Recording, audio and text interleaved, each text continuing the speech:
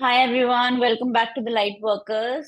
Today we have Alankrita with us, and she's here to share her journey to the light and tell us about how she got into the healing world. So, welcome Alankrita, how are you? I'm good. Thank you so much, Anisha, for inviting me to your podcast. And I am really looking forward to today's Yeah. topic. Thank you. So, Alankrita, why don't you start with giving a little bit an introduction to, what work you do, how you got into the healing world, and then Yeah. maybe a glimpse into, the various modalities that you practice as well. Okay. Well, it's been almost 10 decade, 1 decade now. It's been Wow. a decade now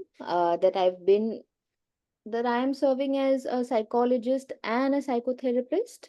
Mm-hmm. And my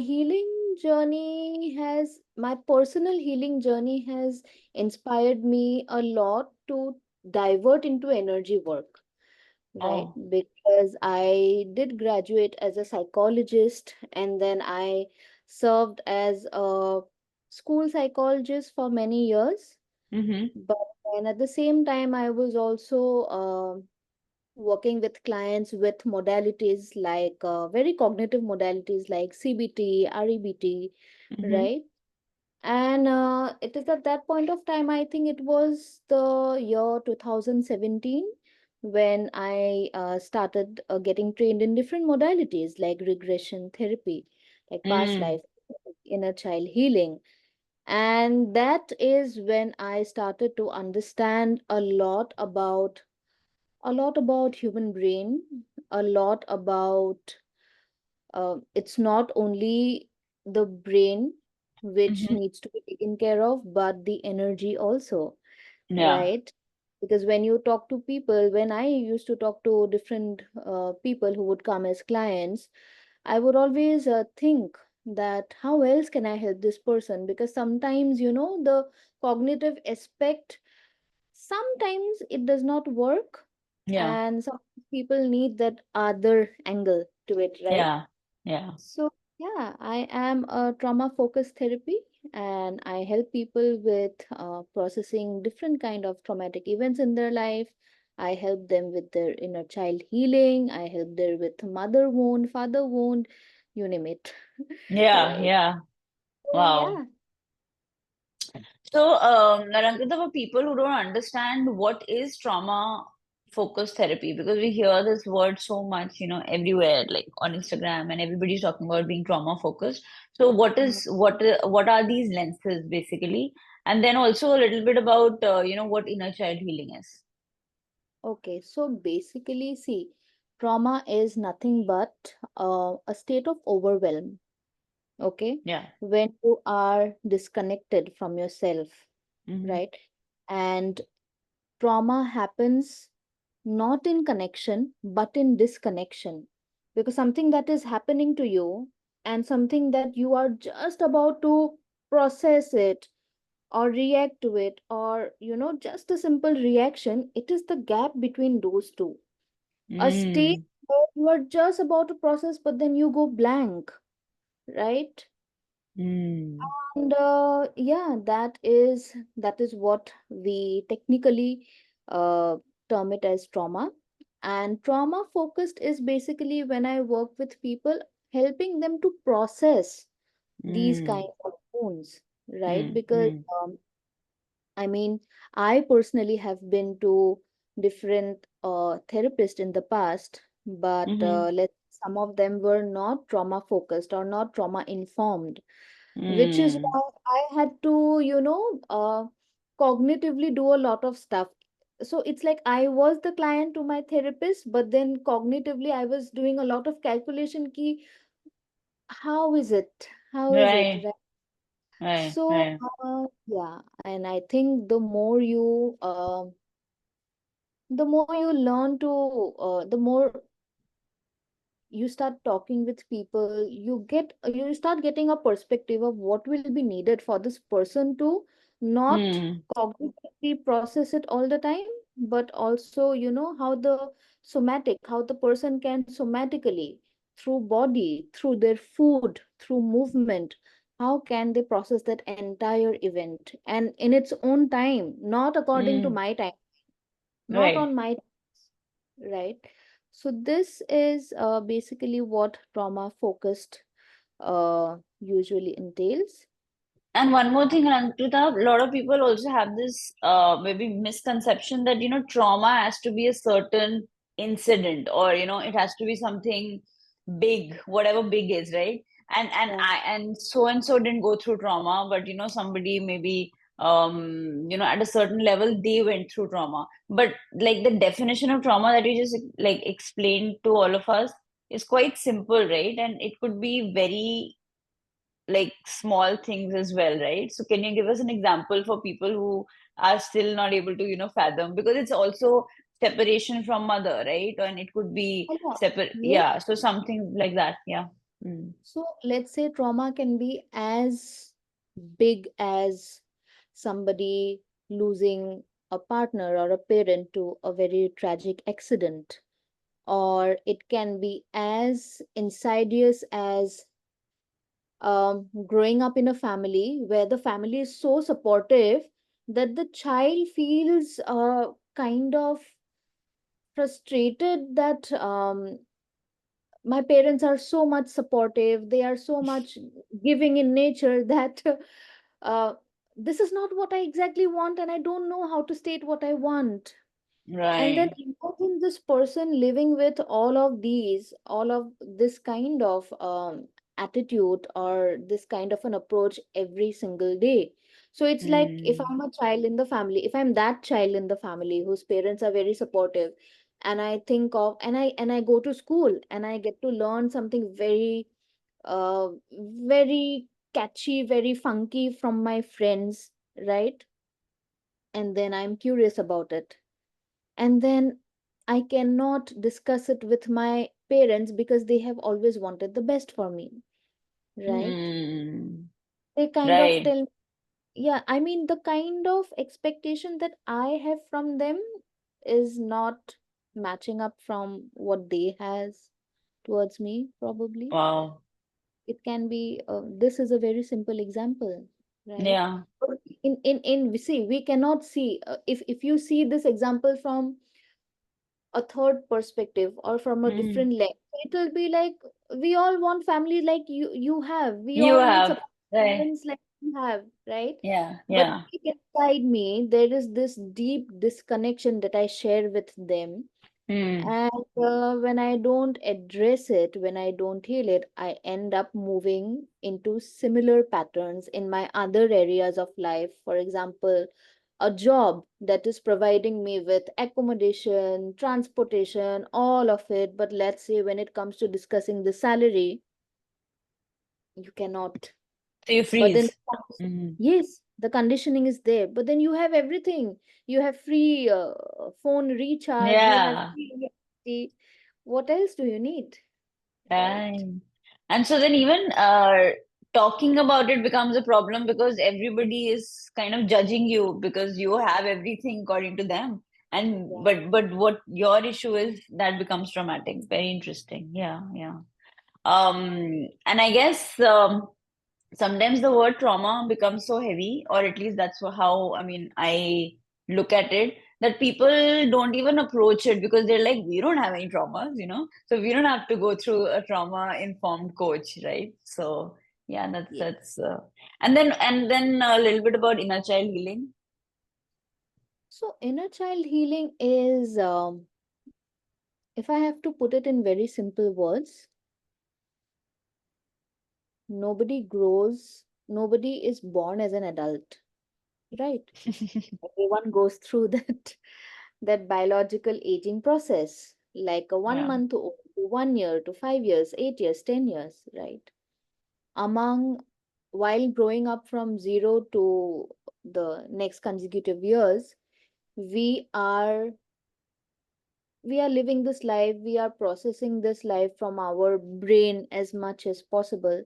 Sometimes right. what happens is that if I put it in simple words, whatever we do not address in our childhood, whatever we uh, cannot process in our childhood, right? Yeah, those things, it gets piled up in our thought process, in our belief system, right? Yeah. And then one day when we find ourselves to be teenagers, when we find ourselves to be stepping into adulthood, it is at that point of time when we feel that ki, why do I why am I always so much fearful, Yeah. right? Why can't I why do I always doubt myself? Mm-hmm. Why is my self worth, why do I always struggle with low self esteem or low self worth, right? So behind an adult, or behind anybody for the fact, behind a person of any age feeling all of those into in their present times, will always have a beginning point, right? Mm. Mm. When we go to that beginning point and we start um exploring those beginning point, that how did I learn to be fearful Mm. about everything? Now, as a 3-year-old child, I can only look and observe, and nothing I can calculate, because as a 3-year-old child, my brain is not fully developed, right? Right. And I depend on my parents' reaction to everything. Mm. If I see them smiling, laughing at one point of time, and achanak say, if I see them all of sudden, if I see them not smiling, not laughing, and then as a child, my nervous system is, my nervous system's safety is based on them, on their behavior. So whatever parents Mm. does, child will mirror that, right? So we go and explore those parts, that how did you learn? Okay, so if you have sometimes clients, they would say, they can go back to their as earliest age as possible. There are times when they can recall what has happened, and sometimes they do not recall, right? Yeah. And at that point of time, we go ahead, I purely go ahead with how do they feel about it, okay? Because memory is not only in our mind, but in our cells also, right? In our Mm. body, which is Mm-hmm. known as muscle memory. So our muscle memory remembers it, right? So we Mm. go and Mm. explore those parts. So Mm-hmm. yeah, that is through inner child healing. When the unexplored is explored, the unaddressed is addressed, probably in our adulthood. But then we Yeah. need to a time when it started. And you just mentioned that when, you're maybe a baby or, younger, where you're not able to put words maybe into, frame words, then Mm-hmm. even if your mom or your dad or your caregiver is not smiling or, in that mode, even that can be traumatic for you, right? Because suddenly you're like, and that video, I think that we've seen, that's just horrendous, where this mother is smiling and then just for a few seconds she stops smiling and the baby starts howling. Yeah. Yeah. But the child does not know at that point of time that it is trauma or not. Yeah. The child will scan around the room and see who is reacting what to the situation, right? And Mm. every time certain situation happens, or similar situation happens, and every time similar situation happens, uh, parents are there, or let's say parents are there, and then other elders are there, and then we see that this reaction is equals to this facial expression is equals to blank, or a fight, or something else, right? Now the Mm-hmm. child is extremely confused what to do Yeah. to make out of this. Mm. Later, when the child grows, starts socializing, understands certain words, when the child reaches class 6, 7, 8, 9, 10, and nowadays the children are very, very smart, right? They would Mm-hmm. understand they would hear the words like trauma and all, but then they do not know the meaning. But Mm. that is also how so what if they do not know the meaning, but they still know the feeling, right? They Yeah. still know the sensation. Mm. So yeah, that is how they learn. And Alankrita, what about the concept of, your version a minute ago is also your inner child? So how do we work with that? Um, that will completely come with. So I have a very different perspective to this. Okay, my perspective to this is that a minute ago can be taught well to clients when they are in the healing journey. Maybe if they have been into healing journey before, at any point of in their life, Mm, or it can also be something like it is as simple as you did not have access to this information a minute ago, now you have access to this information. right, right. Mm-hmm. Right. And then to be able to process it, yes, that will need certain, that would need certain time, that would need more layers of, um, resolution and everything for the Yeah. person to come at that. But yes, in simple words, it is nothing but some meaning which you did not have, some learning which you did not have then, now you have it. So now it Mm-hmm. is all about now that you have it, now what can you choose? Yeah, Right. yeah. Interesting. And also, Alankrita, what was your journey from, say, being a client, working on your own self, to Hmm. like, why did you choose, because it's not easy, right, to work with people, especially on their trauma. So how was it also something that was benefiting you as a person, as a um like emotionally speaking or spiritually speaking, or Mm. you just wanted to like serve and help people? Like what was, or there was something else? Um, I think it would be a mixture of all the things. Okay.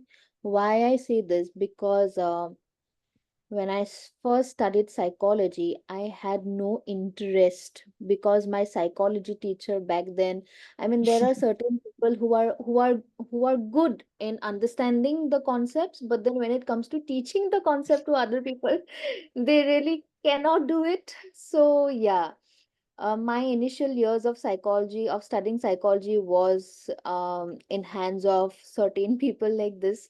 But then, of course, I would never blame them over anything at all. But yeah, what started off in my life, my sister, my one of my cousins, she studied psychology in her graduation. And Mm, then I was a school kid then. And then everybody used to talk about her that this is a new subject. And it was like, it was in 2000, early 2000 or something like that. I was very young. And just the concept, was very interesting for me. That, wow, human mind must be so interesting.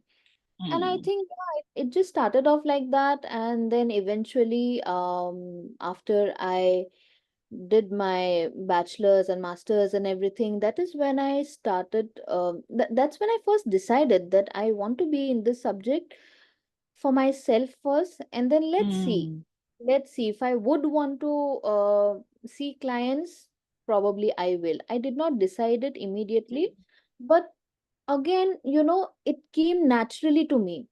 mm, And um as I told you, 2017, I started learning this different kind of modalities. Before then, it was very cognitive in nature, right. right?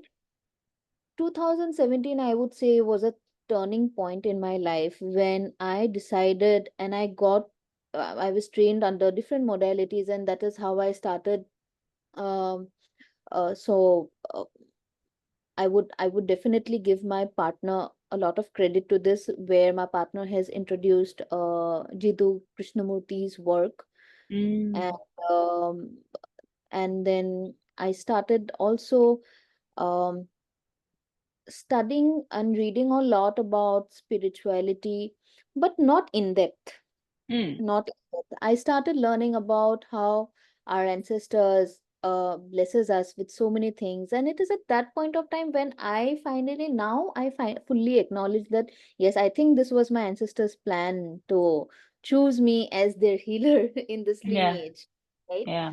Mm-hmm. So yeah, so that is how it started with me. And being a client has also helped me get a lot of clarity in what kind of work do I want to expand, what kind Mm, of work I want to be in, yeah, right? yeah. Mm-hmm. Yeah, this is pretty much how it went for me. It's very interesting you bring up, people who have inspired you, because I also tend to learn a lot, like, philosophically. But sometimes, I mean, of course, it does impact your mind, but how do I, share this knowledge with people, or, put it across in my work is something that's I struggle with at times. So when you were reading Krishnamurti, I mean, I know it's quite dense and heavy, whatever I have, read.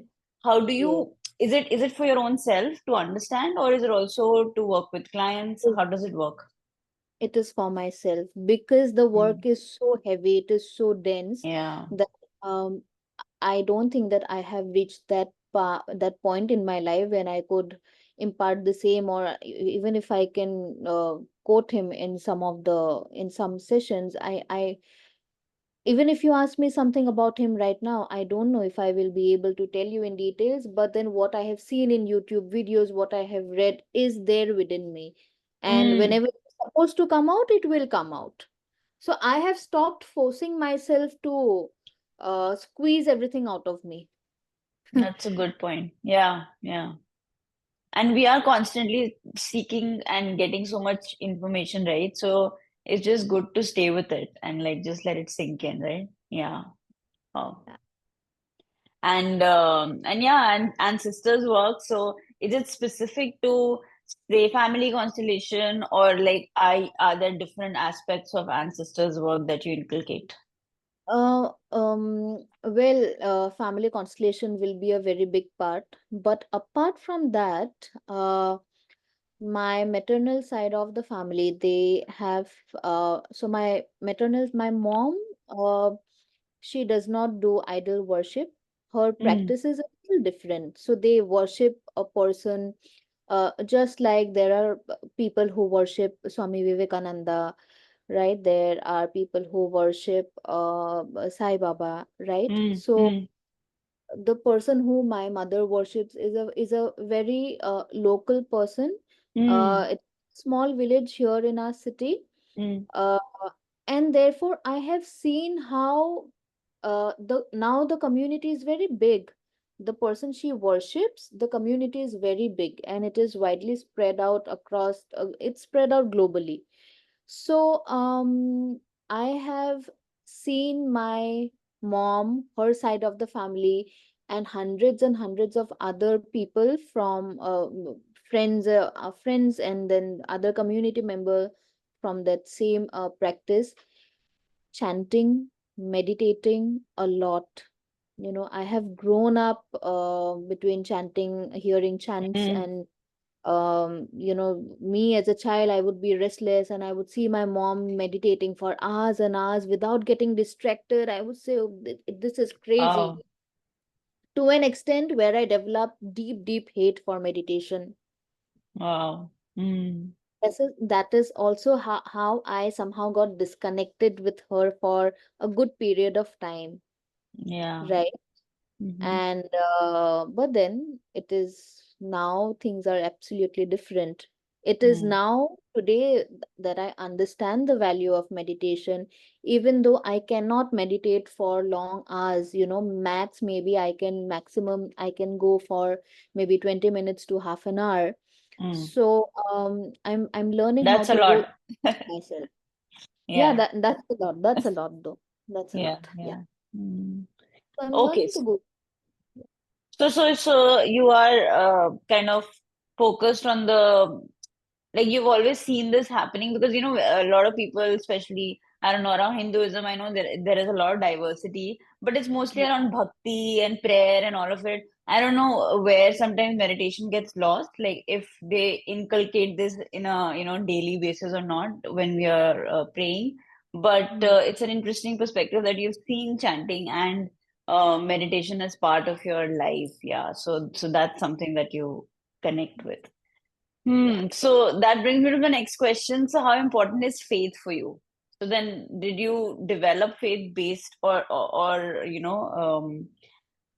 by worshiping, or was it this connection that you just spoke about?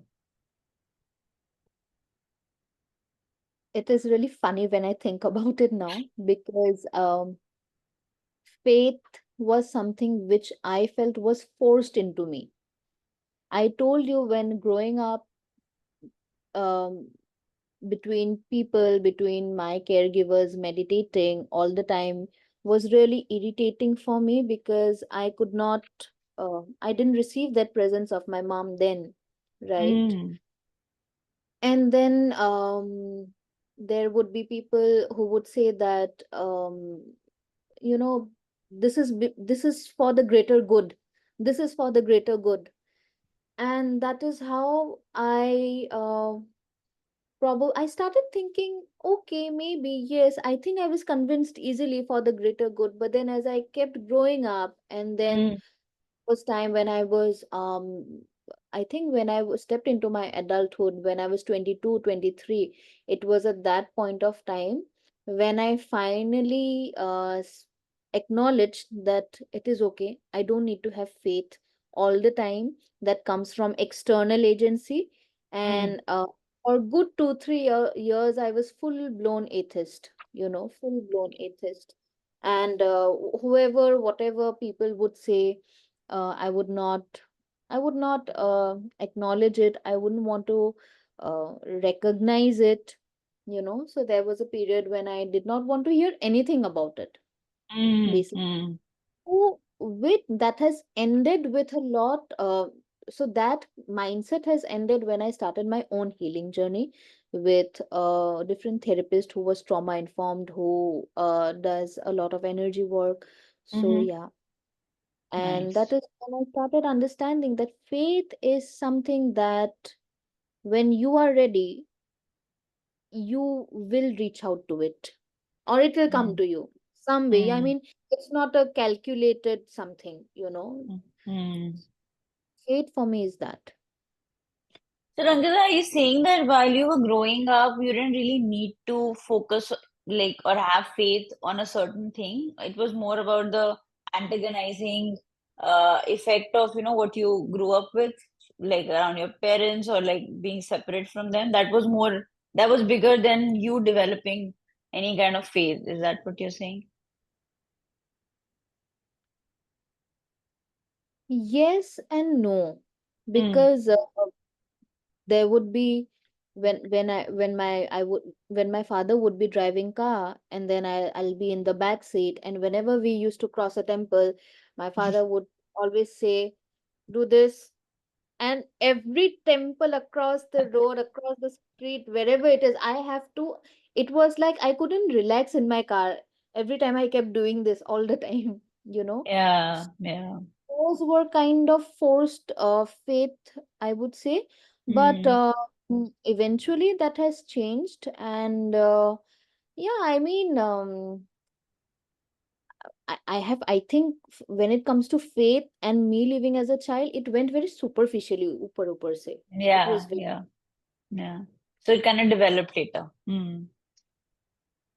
And talking about faith, that clients have on us or on the work, how have you dealt with that? Because a lot of people, who really don't understand the process also end up seeing results. And some people want to come only if they have faith in you. So, what has your experience been in terms of working with clients? This is where I would work on their inner child beliefs, because Mm, this belief has to stem out from somewhere, right? mm, Because mm, if that would have been me, and if my therapist, let's say you are my therapist, and if you somehow ask me that, why, when was the time when you started thinking in this way, right? mm, So I go back to my childhood, probably 3 4 5 years old.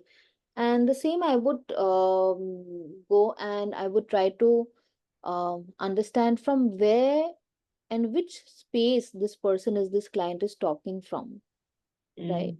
mm, mm. Because yes, it is really important for clients to have some amount of faith in the therapist. Because let's say if I go to a therapist and if I do not, how can I even feel comfortable with the therapist, right? So I do not know the therapist personally, right? Yeah. Definitely rely on certain keywords from the therapist, whatever he or she says, right? I would probably, as a client, I would observe my therapist's body language, and Mm-hmm. kind of clients do test therapists, by the way, a Yeah. lot. They would try to throw tricky questions at you, and to which I think we do successfully pass, Yeah. right? But it's not even about passing it. It is more about, so this is my personal belief. Okay, this is my personal belief that you can help a person as much as you have helped yourself. Mm. And yeah, sometimes it is not necessary that you have to always do in-depth work. You Yeah. sometimes it just might be all about your skills, Mm-hmm. right? Yeah. But I think the if you just add in this particular aspect, I Mm. really, that is my criteria of finding a therapist. Yeah. Mm. But like you said that working on your own self.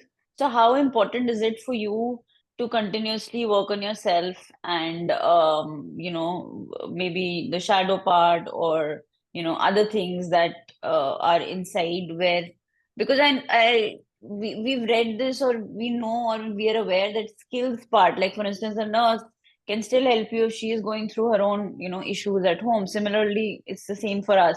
But why do we say that, we can only help people how much we have worked on ourselves? Like, why is it important for us to work on ourselves as healers or light workers?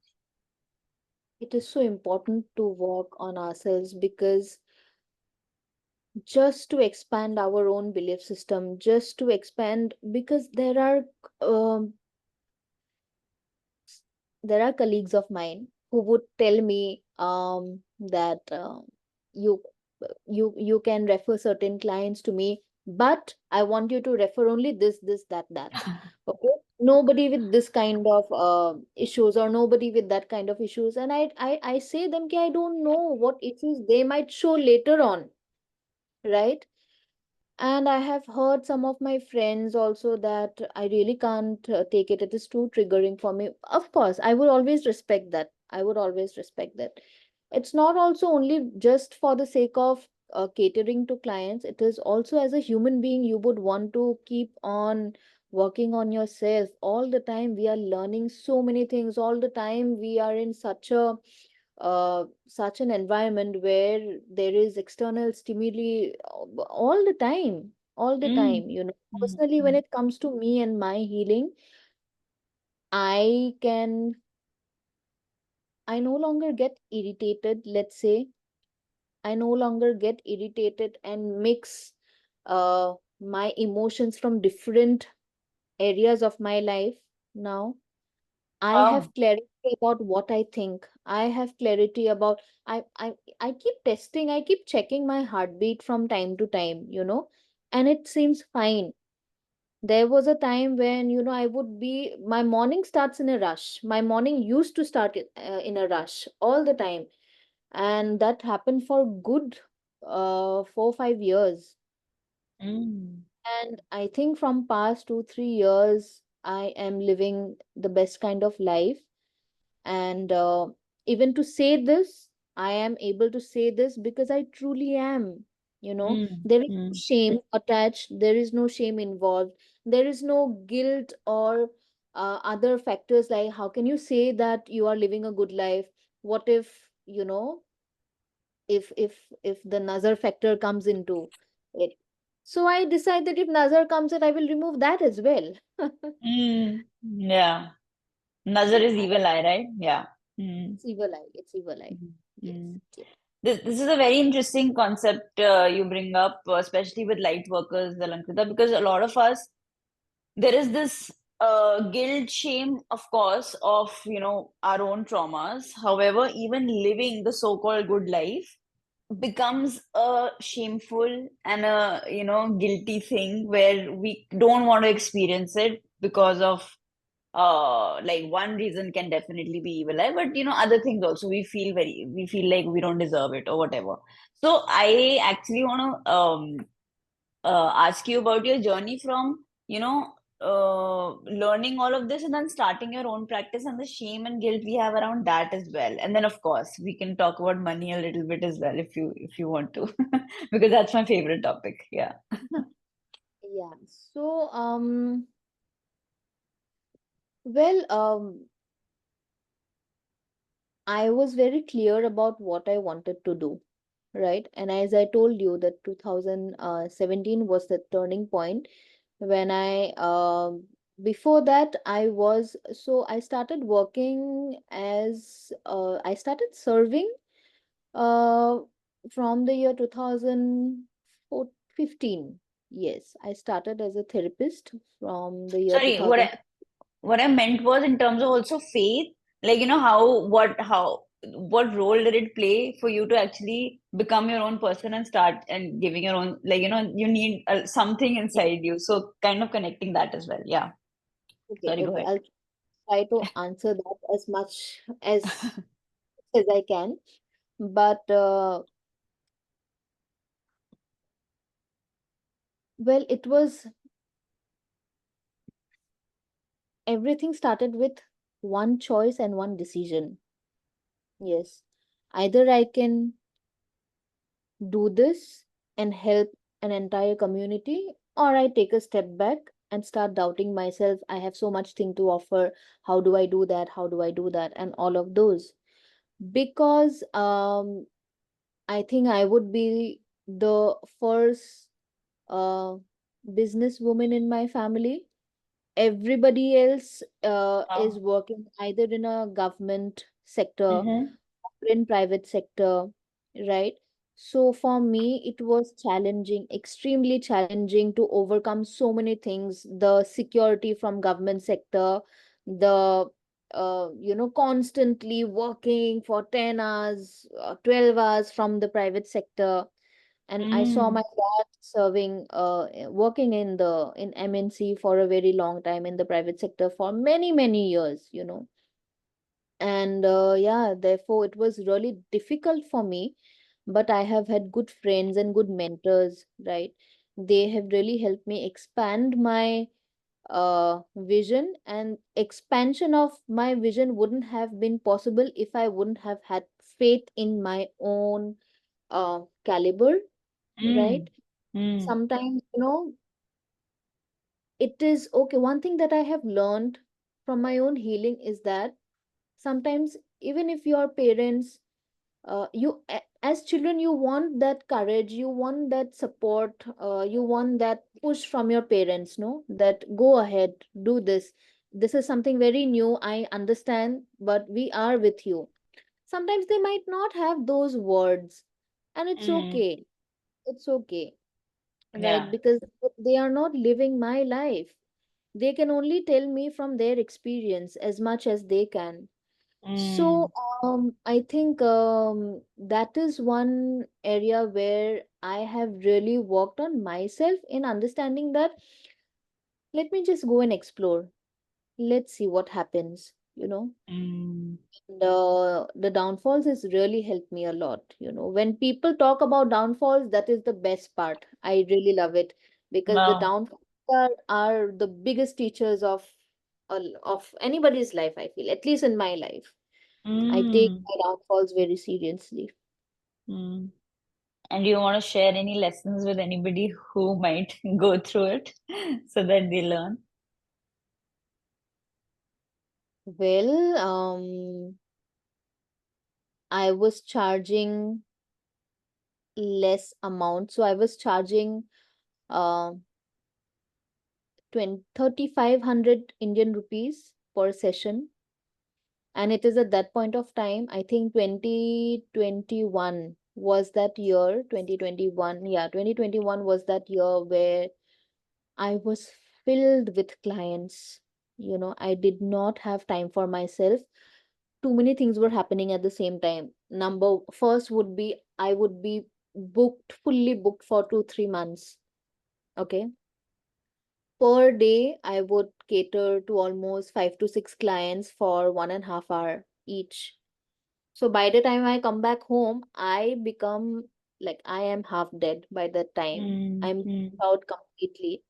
But then there was there was this conflict of burnout, and there was mm, this one was burnout, and the other part was excitement of earning so much, right?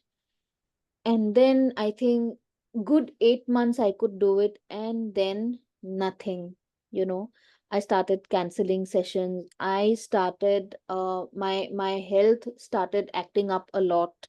mm, uh, I started having severe irritable bowel syndrome. I started having a lot of anxiety, and that is that was 2021 was the first time.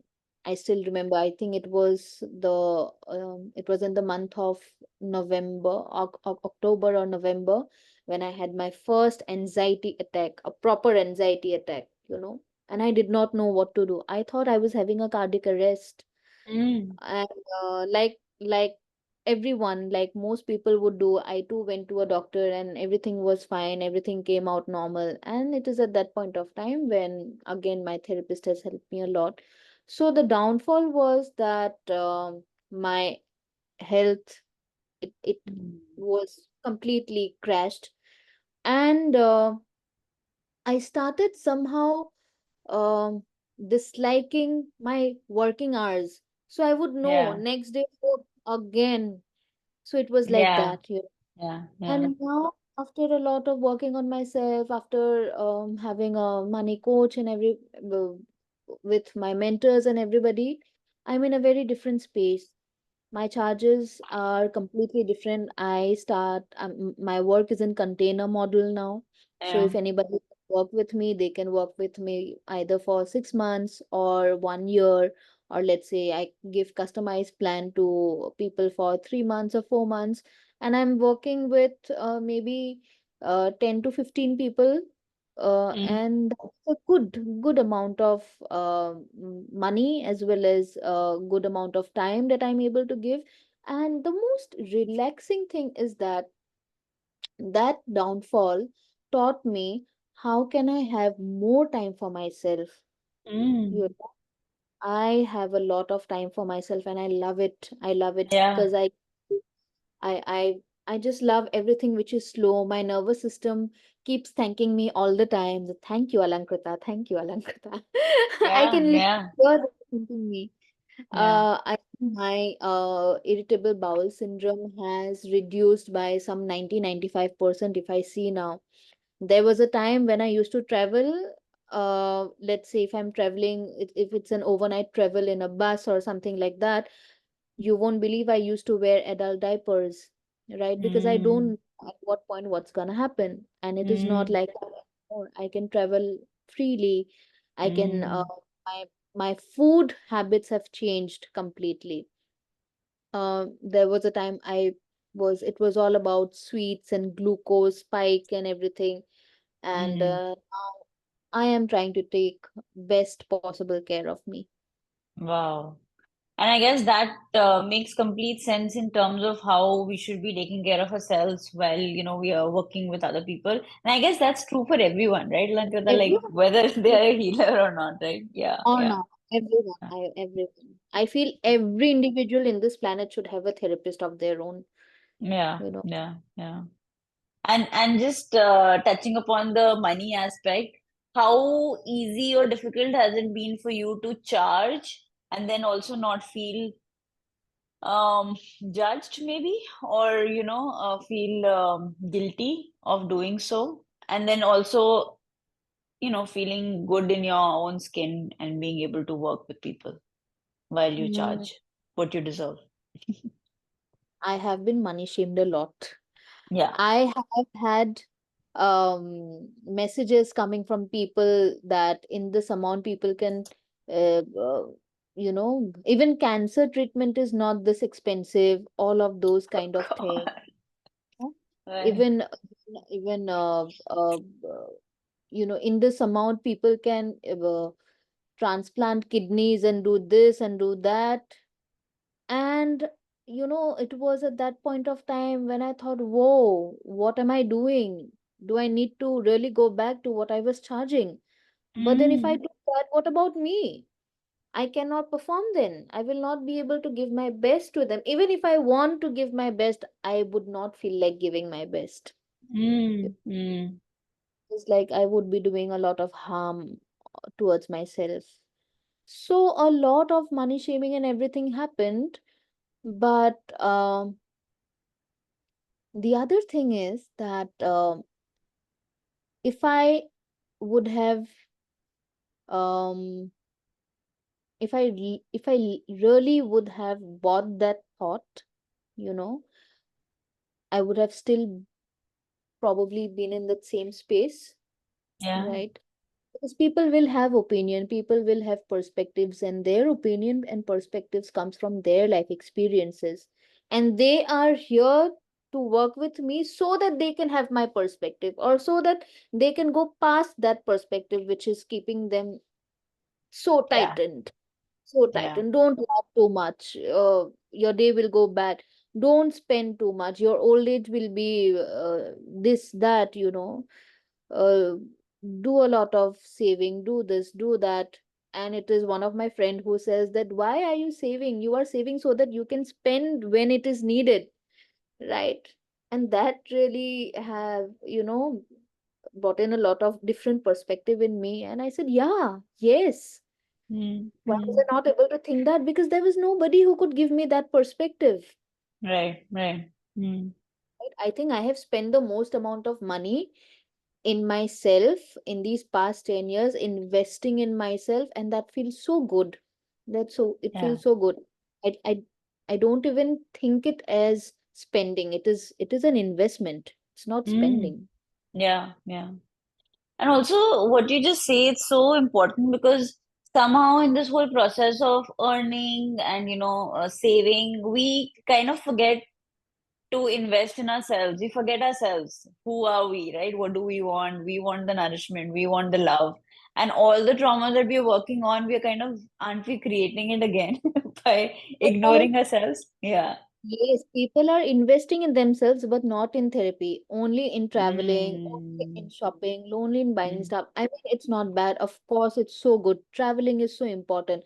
But mm, then that traveling is not therapy. Travel is not therapy. It is therapeutic, right? mm. Yeah, Anything that gives you a rush of dopamine for, let's say, 2 3 days, one whole week, 10 days, and then when you come back you are all in the same place again. yeah, So not that is not therapy. yeah. Makes so much sense. Um, When you spoke about burnout, Lankita, that's really real. I mean, I've also had some, health issues, just not being working on myself and then just constantly working with clients, and it just tends to burn you out. So, are there any specific things that you practice? I mean, you did mention slowing down, but are there any other intentional practices that you have that people can learn from? I do a lot of things. I do a lot of things, and I do things as per I ask. So there is this uh, old mirror in my room. Probably this mirror which I have in my room is more older than I am. Okay. And then I had a habit from my childhood that whenever I would pass the mirror, I would look into the mirror and say something, a word of appreciation or something. So this mirror has really helped me in questioning myself. Okay. So I Mm, always look into the mirror and I ask, Alankrita, tell me, what do you want to do? Do you want to cry? Go and cry. See the bed behind you, you can go and cry there. There are times, what do you want to do today? Let's dance. Let's maybe dance thinking that somebody is in front of you, and you just make eye contact. Maybe there is a huge almirah or a cupboard in front of you, and I would make eye contact to that cupboard as if it is a person who I admire the most. There are times when I would do a lot of EFT, right? A mm, lot of mm, EFT tapping. There are times when I would go hiking. There are times when I would simply sit down and do an ancestral meditation. There are times that I would simply go. have a nice shower, and then I would use some very nice scented body wash or scent candles, right? Mm-hmm. Apart from that, I read a lot. Mm. I love reading. So this is a very new habit that I have developed over past maybe 1 2 years, and Mm. I read a lot, and I try to whatever examples are given in the books, I try to put myself in that example and see how would I feel. So a lot Mm. of insight I would gain, and a lot of different perspectives I would gain. I would do a lot of expressive arts therapy. Mm-hmm. um yeah, as a child I used to paint a lot, so I would paint. I sing. So these are the basic things that I do, but there are times where one thing has been constant, which is I would journal a lot, right? Mm. Mm. Journal a lot. Even if even if you don't see it as journaling, I write a lot. Yeah. Write a lot. It feels Mm. that things that I want to say is finally out from here to a different space. So this space is now empty, so that I Empty.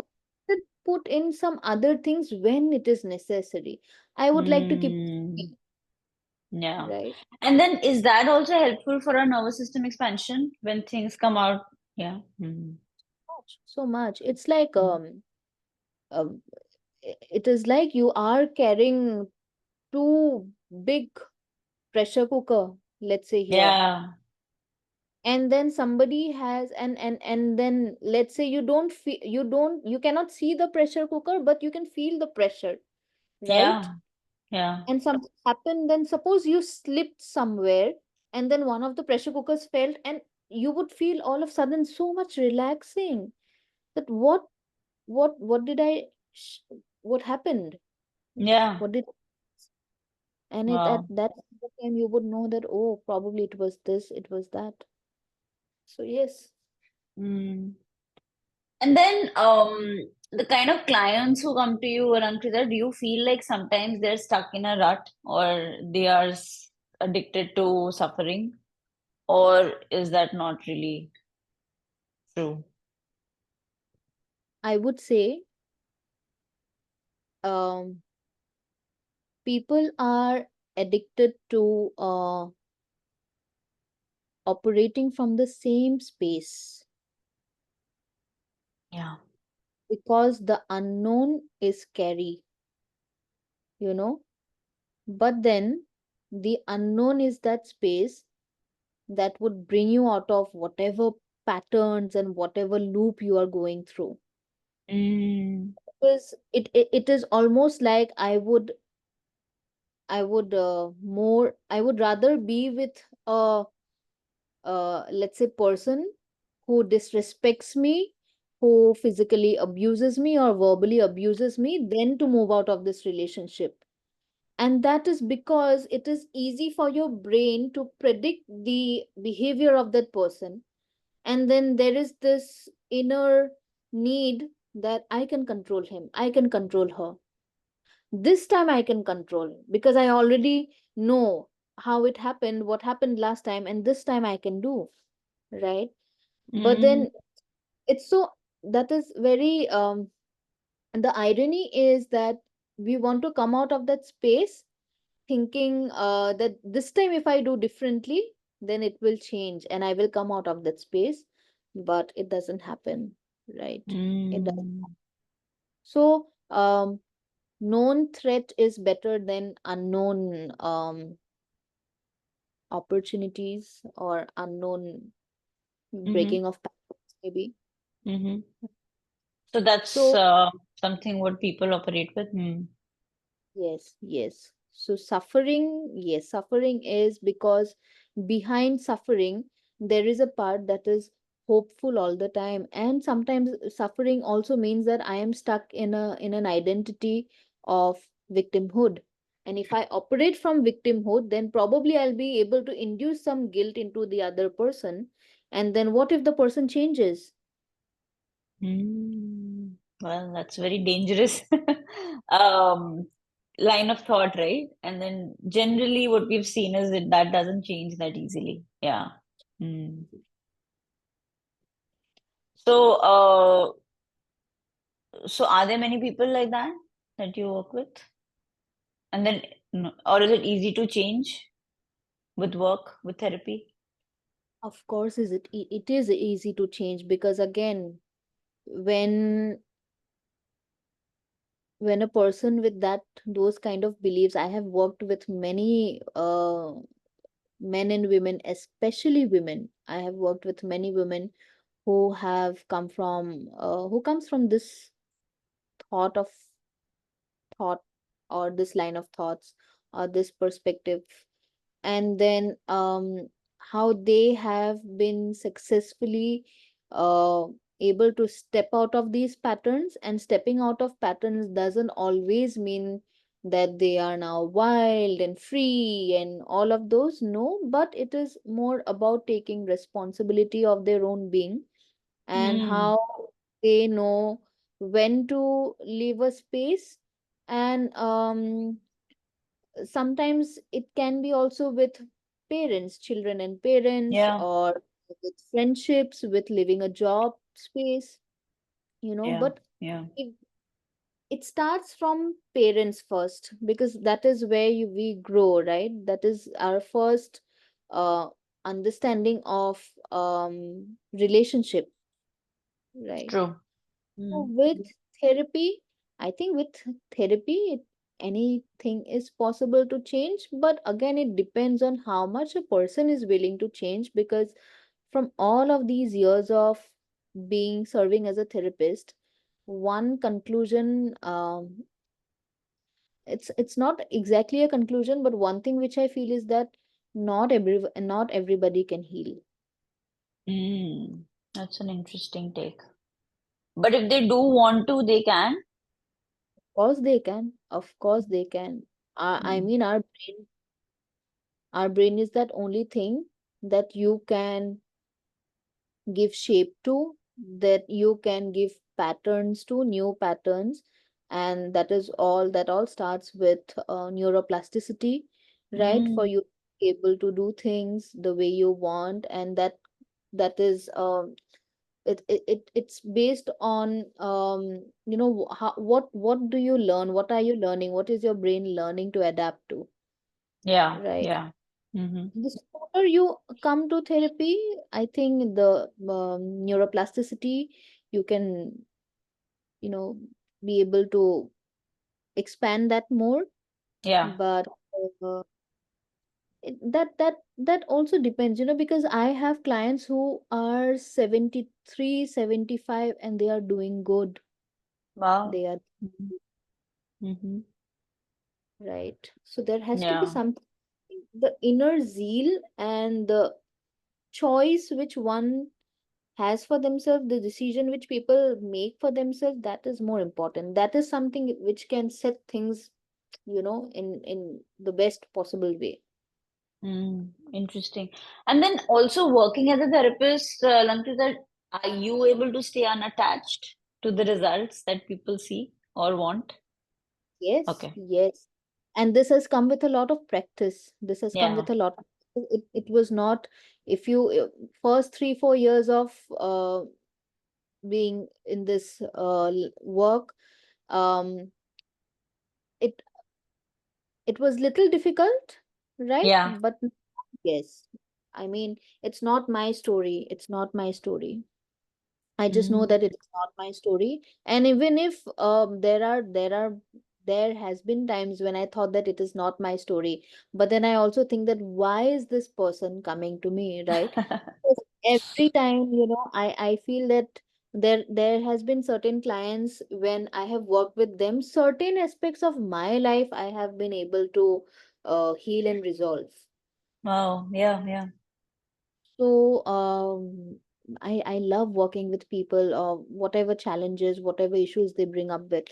I just love working with them. Awesome. So now we're kind of at the last segment, Lankrita. So what are some things that motivate you as a person apart from, the healing and the therapy work that you do? what else motivates you as a person?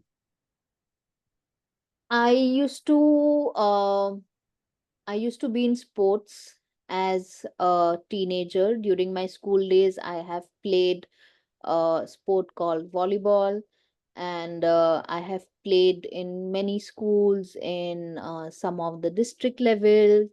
And that is my biggest identity, and that has helped me a lot with how my brain works, how my body works, because that is something which is sports has been a part, it has been that part of my life that has always given me pleasure, that has always given me good memories, Mm, that has always taught me a lot of discipline in life, because my father was a sportsman, my mother too was a sportsman. So I really really love whenever I get to talk about it. And mm, yeah, I mean, that would be one thing. The other thing would be from a very very young age, I used to paint. So I mhm. was sent to art school, and then there was a time when I remember that I told my art teacher to ask me that why are all your drawings like this. So I remember, I think I was maybe 10 or 8 or 10 years old, and I remember it very clearly that the teacher, you will not understand, I draw from my heart.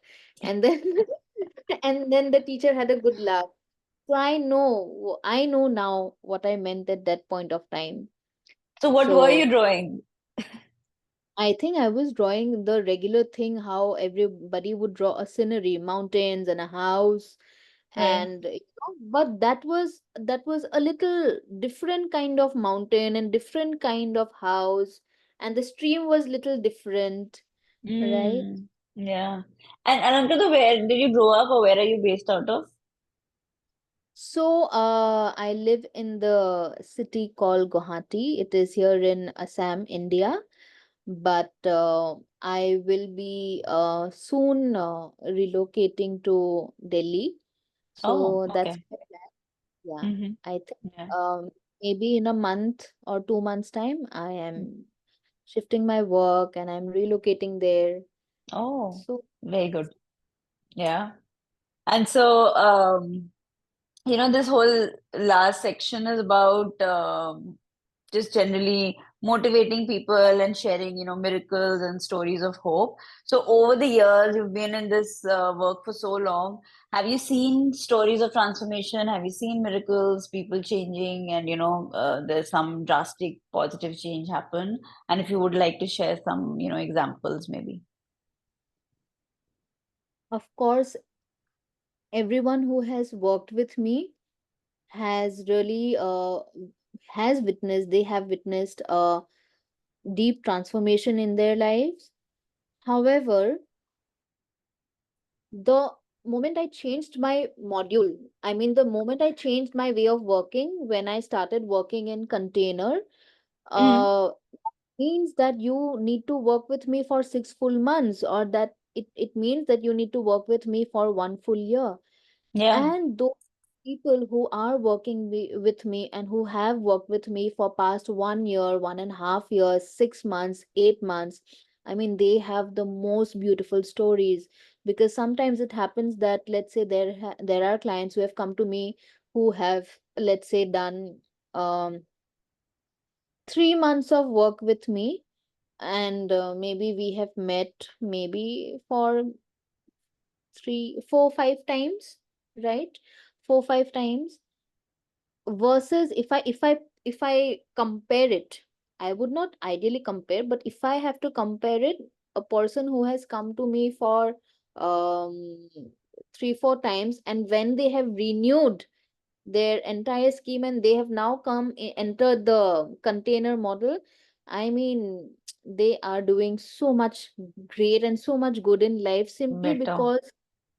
simply because the first layer of work was all about understanding the process, understanding themselves, and right Yeah, about the major transformation is yet to happen, because it is slow. It is slow. I always tell people that all of the things that you have come with, right, to me, all of these did not happen in a single day's time. It has Yeah, built over years and years, right? Like your belief system of not believing that you can make this much of money, or you can never, you will never have a nice partner, or you'll never have a nice marriage or something. All of those beliefs that you have so strongly, you have given place in your mind and body, all of this did not get built up in a single day's time. day. So by the time they are there has been there were clients in the past who have just, as a therapist, now it's easy for you to detect that the miracle is going to happen. Don't stop, don't stop, you should continue it. And it is at that point of time that something, or they withdraws, or they have to stop. Whereas there are people who have Uh, continuously yeah. uh signed up again, and then they do keep working with me. So yes. So, Alankrita, how is your structure based? People who are doing 3 months, they can definitely do 6 months, but even after that, if they want to work with you, then how does it work? So basically, now it is very clear that if somebody wants to come and work with me, they can work with me for 6 months, all right? And it is a retainership model, which means that after 6 months, you can either enter for 6 more months, or Hmm? maybe I sometimes decide that you don't need to work for 6 more months. Maybe 3 more months will be helpful. And Right. for somebody who is working with me for past 1 year, and they have chosen to work with me for again maybe next 3 more months. So I tell them, yes, these are so I make goals for them. I tell them that Right. if these goals are being completed within 6 months time, great. If not, it gets carried over.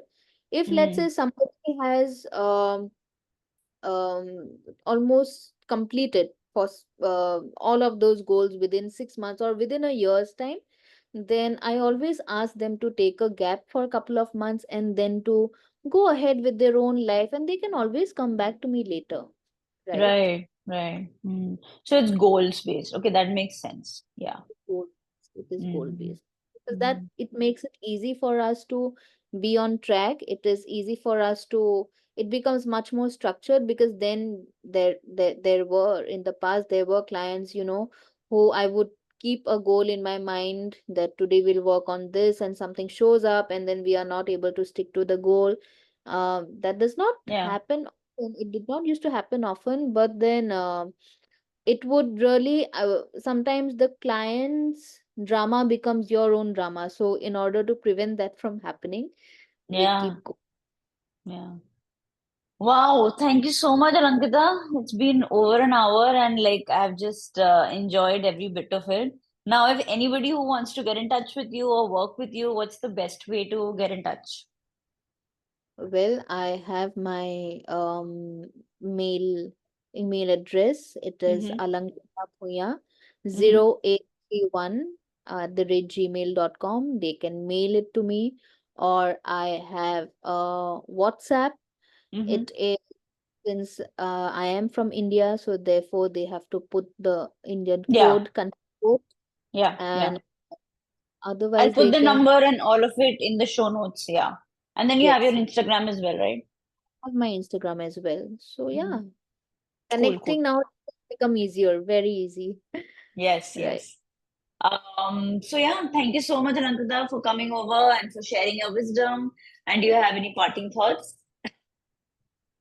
Um, well, my last, I think the greatest gift will be